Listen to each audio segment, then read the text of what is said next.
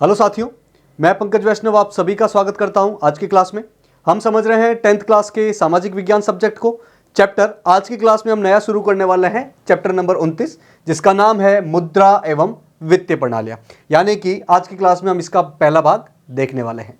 तो शुरुआत करते हैं आज की क्लास को और समझते हैं क्या है ये मुद्रा और वित्तीय प्रणालियां। मुद्रा का अगर आसान मीनिंग हम समझे तो इसका मतलब होता है पैसा, वो चीज जो अपने दैनिक जीवन में लेन देन के काम में आती है वो मुद्रा कहलाती है, अगर हम आसान भाषा में इसे समझे तो। बेसिक बातें समझते हैं। आदिकाल में मनुष्य अपनी मूलभूत आवश्यकताओं के लिए प्रकृति पर निर्भर था। आदिकाल मतलब प्राचीन समय, करीब 2-3 हजार साल पहले की बात हो रही है। तो उस समय में मनुष्य अपनी मूलभूत अपनी बेसिक आवश्यकताओं के लिए मुख्य रूप से प्रकृति पर निर्भर था। उसे भोजन करना है तो वो प्रकृति में विद्यमान पेड़ों के ऊपर लगे फलों को, कंदमूलों को खाकर अपना जीवन यापन करेगा। अगर उसे शेल्टर चाहिए, छुपने के लिए, रात में सोने के लिए जगह चाहिए, तो वो चट्टानों को काटकर उसमें रहेगा। उसे पीने के लिए पानी चाहिए तो वो मुख्य रूप से नदियों या तालाबों के माध्यम से अपने पानी की प्यास बुझाएगा। तो मुख्य रूप से प्राचीन काल में मनुष्य प्रकृति पर निर्भर था सीधे तौर पर। जैसे जैसे मनुष्यों की संख्या बढ़ती गई, मनुष्यों की आवश्यकताएं भी बढ़ती गई, तो फिर आपस में लेन देन का सिलसिला शुरू हुआ और भी दूसरी चीजें आती गई। तो प्रारंभिक काल में समूह थे वो छोटे थे, भाई ज्यादा लोगों का समूह नहीं हुआ करता था, कम लोगों का समूह हुआ करता था। तो ये समूह छोटे होने के कारण मनुष्य अपनी आवश्यकताओं की वस्तुओं का लेन देन आसानी से कर लेते थे। कम लोग हैं, मान लीजिए कि 10 लोग ही हैं, तो 10 लोगों के बीच में तो लेन देन आराम से हो सकता है। आपने उनको ये चीज दी, बदले में अभी वो कोई चीज दे देगा या फ्यूचर में आगे चलकर भविष्य में वो कोई चीज दे देगा। तो समूह छोटा हुआ करता था, इसी की वजह से वस्तुओं का लेन देन आसानी से हो जाता था। जैसे जैसे समय और आगे बढ़ेगा, व्यक्ति की, इंसान की जो जरूरत है वो और ज्यादा बढ़ती जाएगी, वस्तुओं का जो लेन देन है वो भी बढ़ता जाएगा और ग्रुप भी, समूह भी बड़ा होता जाएगा। तो इस वजह से ये जो लेन देन का काम है, जो कि हमें अपनी मूलभूत आवश्यकताओं की पूर्ति के लिए करना ही पड़ता है, तो ये जो लेन देन वाली जरूरत है वो बहुत कॉम्प्लिकेटेड हो गई, उसमें मुश्किलें बढ़ती गई। तो इसके चक्कर में हमें कोई ना कोई ऐसी चीज का प्रोडक्शन करना पड़ा, ऐसी चीज का इजाद करना पड़ा जो कि लेन देन के काम में आ सके। तो धीरे धीरे धीरे धीरे दूसरी चीजों के लेन देन के माध्यम से हम अपनी मूलभूत आवश्यकताओं की पूर्ति करने लगे। लेकिन ये जो लेन देन की प्रक्रिया है वो वर्तमान में हमें मुद्रा के रूप में दिखती है। समझेंगे इस चीज को। तो सबसे पहले जब समूह बड़ा हो गया तो हम लेन देन किस तरह से करते थे?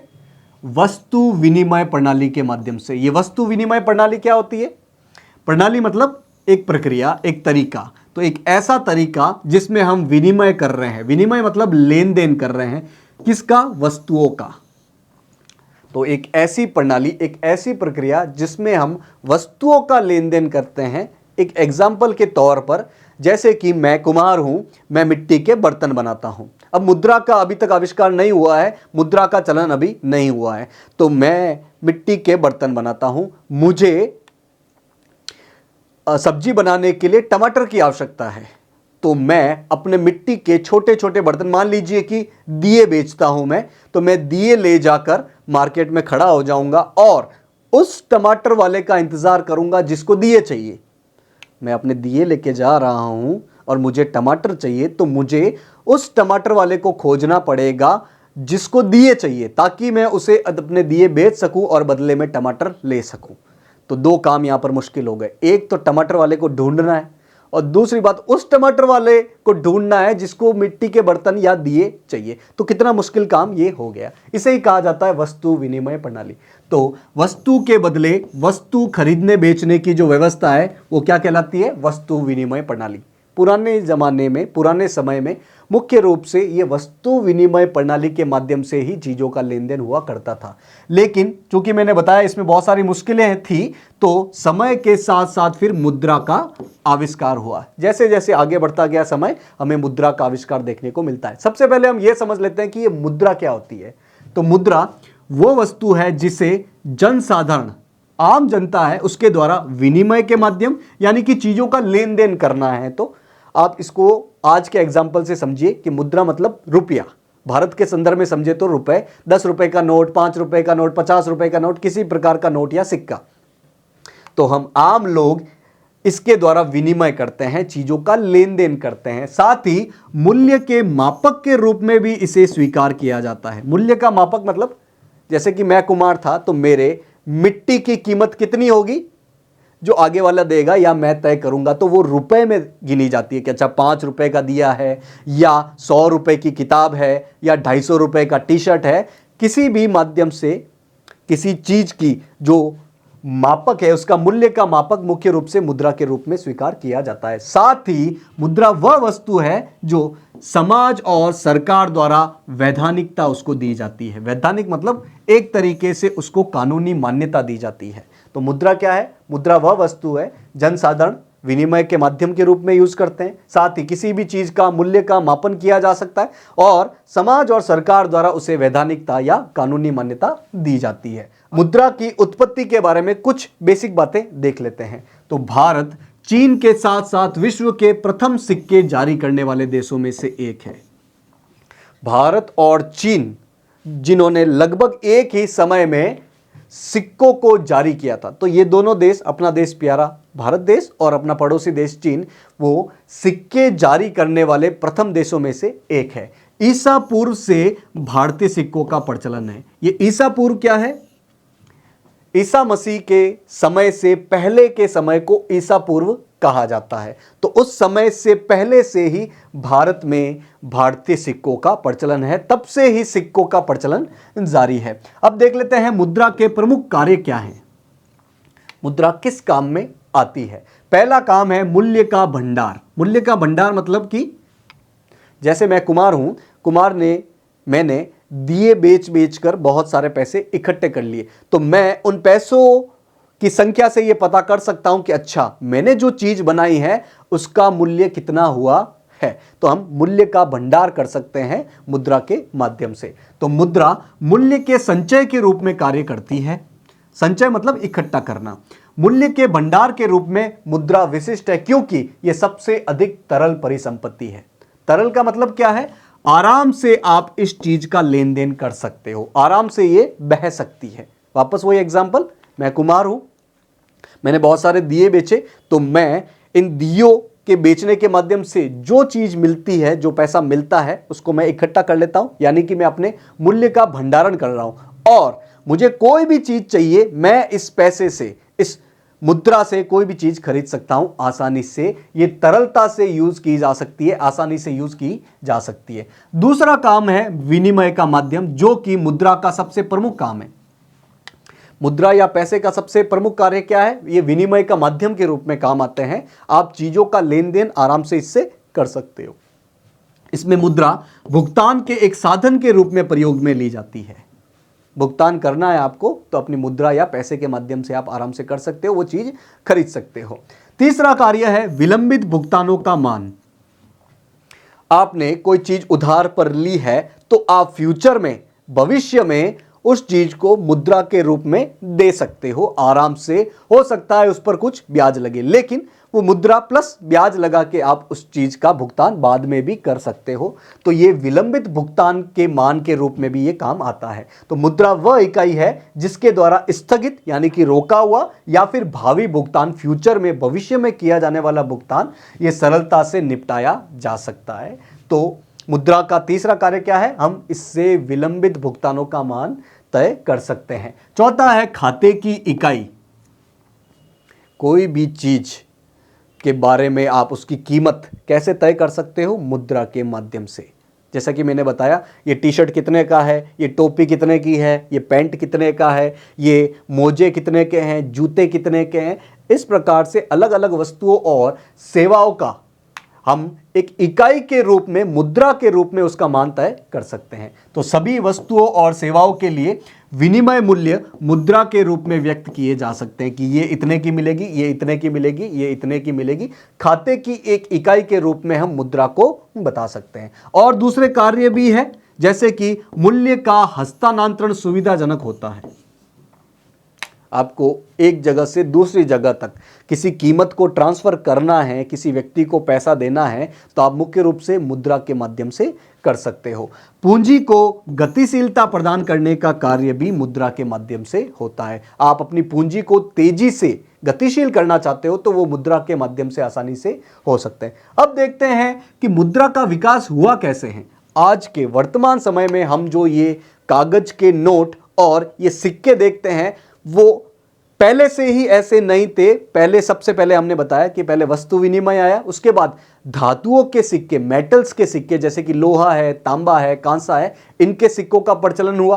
फिर धीरे धीरे हम आज की व्यवस्था यानी कि नोट और सिक्कों को देखते हैं। तो हमने जैसे कि देखा सबसे पहले वस्तु विनिमय पद्धति प्रारंभ हुई, उसके बाद मुद्रा का विकास प्रारंभ हुआ, धीरे धीरे फिर मुद्रा का विकास प्रारंभ हुआ।